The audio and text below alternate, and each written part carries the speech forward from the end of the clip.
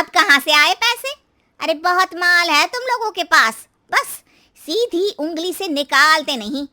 नहीं नहीं माँ, पापा ने अपनी मोटरसाइकिल बेचकर पैसों का इंतजाम किया है। पता नहीं अब वो ऑफिस कैसे जाएंगे। अरे वाह भाई, ये भी हम सोचे। खैर, पिता दिल्ली में किसी तरह अपने और अपने परिवार का पेट पाल रहे थे। पर एक दिन, अरे रमेश, तुम्हारी बेटी के तो समझो भाग्य ही खुल गए। वकील लड़के का रिश्ता आया है।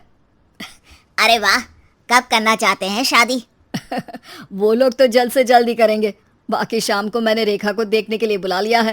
तेरा घर छोटा है तो तुम लोग मेरे घर ही आ जाना। राकेश और उसकी बीवी सारी तैयारी के साथ रोहित और रेखा की शादी कर देते हैं।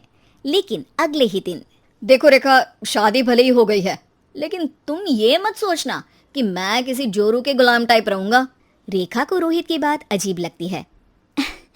मैं ये तो सोच भी नहीं सकती और ना ही चाहती हूँ, लेकिन शादी के अगले ही दिन इस तरह की बात की उम्मीद भी नहीं थी।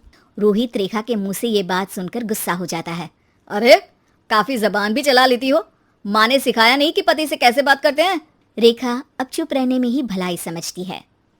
रेखा, जल्दी से नाश्ता तैयार कर लो, आज पहला दिन है, सारे काम तुम्हें समझा दूंगी। ये नौकरानी है जो तुम्हें बता देगी कि कैसे कैसे क्या करना है, फिर इसकी कल से छुट्टी है। रेखा भी ससुराल में जी जान लगाकर काम करने लगती है। खाली समय मिलता तो पति के वकालत की किताब उठाकर पढ़ने लगती। ये क्या, जब देखो तब पढ़ती रहती है। अच्छा सुन, कल पिता के घर से 20,000 रुपये लेकर आना, मेरे छोटे बेटे की फीस भरनी है। लेकिन पापा क्यों भरेंगे उसकी फीस? अरे वाह जी वाह, पापा क्यों भरेंगे? तो ये बता, हम क्यों रखेंगे तुझे यहाँ, क्यों खाना देंगे फ्री में? अरे, क्योंकि मैं बहू हूँ इस घर की। तभी वहाँ रोहित आ जाता है। अरे वाह, बड़ी जबान चला रही हो। चुपचाप माँ जो कह रही है वैसा कर, वरना सामान उठा और जा अपनी झोपड़ी में।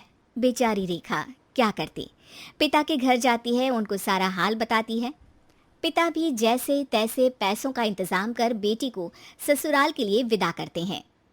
देखा, अब कहाँ से आए पैसे? अरे बहुत माल है तुम लोगों के पास, बस सीधी उंगली से निकालते नहीं। नहीं नहीं माँ, पापा ने अपनी मोटरसाइकिल बेचकर पैसों का इंतजाम किया है। पता नहीं अब वो ऑफिस कैसे जाएंगे।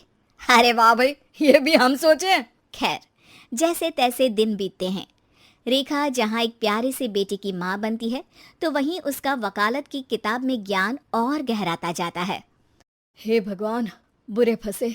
ये केस तो लगता है कि मैं हार ही जाऊंगा। देखिए, मैंने आपकी इस केस की फाइल पढ़ी थी। इस केस को जीतना बहुत ही आसान है। वाह भाई वाह, यहाँ वकालत की डिग्री लेकर भी मैं समझ नहीं पा रहा हूँ, और तुमने रोटी बनाते बनाते ही केस समझ लिया। अरे जाओ जाओ, जाकर मुन्ने को संभालो। केस मैं संभालूंगा। ए लड़की सुन, जाकर अपने बाप के यहाँ से 3 लाख लेकर आ, पूरा घर फिर से बनाना है। छोटे की शादी करूंगी तो छोटी बहू को कहाँ रखूंगी, पूरा घर तो तूने घेर रखा है।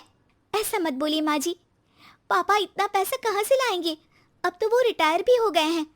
हाँ, तभी तो बोल रही हूँ, रिटायरमेंट के पैसे तो मिले होंगे ना। लेकिन वो अगर आपको दे देंगे तो बुढ़ापा कैसे काटेंगे? रोहित रेखा की बात सुनकर गुस्सा हो जाता है। ए सुन, चल अपना सामान उठा, अपना बच्चा उठा और निकल यहाँ से।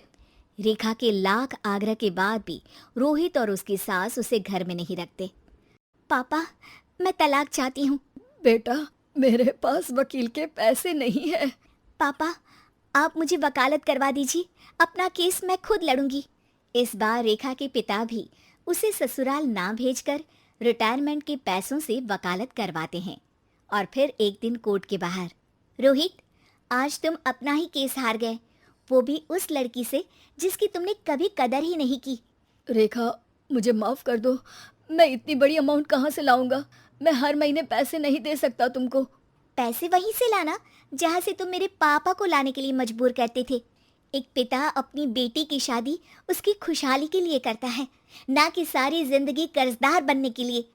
अरे, मेरे ही बेटे की किताब पढ़ पढ़ कर ज्ञान बांट रही हो, वकालत की किताब तो ससुराल में ही पढ़ी थी ना। बिल्कुल, यहाँ मेरी गलती रही। जिस पैसे से मैंने इसकी शादी की थी मुझे वो पैसे पहले इसकी पढ़ाई में लगाना चाहिए था। और आज रेखा एक जानी मानी वकील के रूप में काम कर रही है।